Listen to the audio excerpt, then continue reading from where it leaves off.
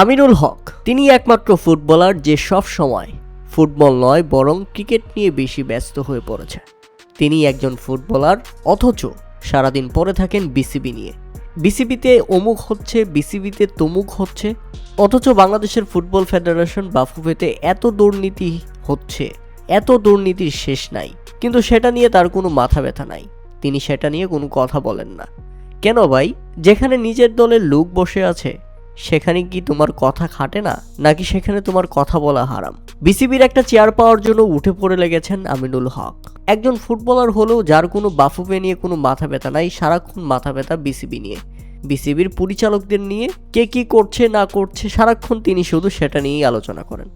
এবং তিনি ঘোষণা করে দিয়েছেন নির্বাচনের পর আগামীতে আমরা একটি শক্তিশালী ক্রিকেট বোর্ড গঠন করে সব কিছু কাটিয়ে দেব, এবং তার সাথে সেই বিসিবিতে থাকবেন তামিম ইকবাল, কারণ তারা সবাই এক হয়ে গেছেন এবং এই আমিনুল ইসলাম বুলবুলের বোর্ডকে তারা অবৈধ বোর্ড মনে করেন। আমার মনে হচ্ছে ফুটবলে টাকা নেই, ক্রিকেটে হাজার হাজার কোটি কোটি টাকা। তাই ফুটবলার হয়েও ক্রিকেটের প্রতি তার এত চাহিদা। শুধু এখানেই শেষ নয়, তিনি ঢাকা 16 আসনে বিএনপির মনোনীত প্রার্থী। আমিনুল হক ক্ষমতা নয়, তিনি সমতার রাজনীতির প্রতিশ্রুতি দিচ্ছেন।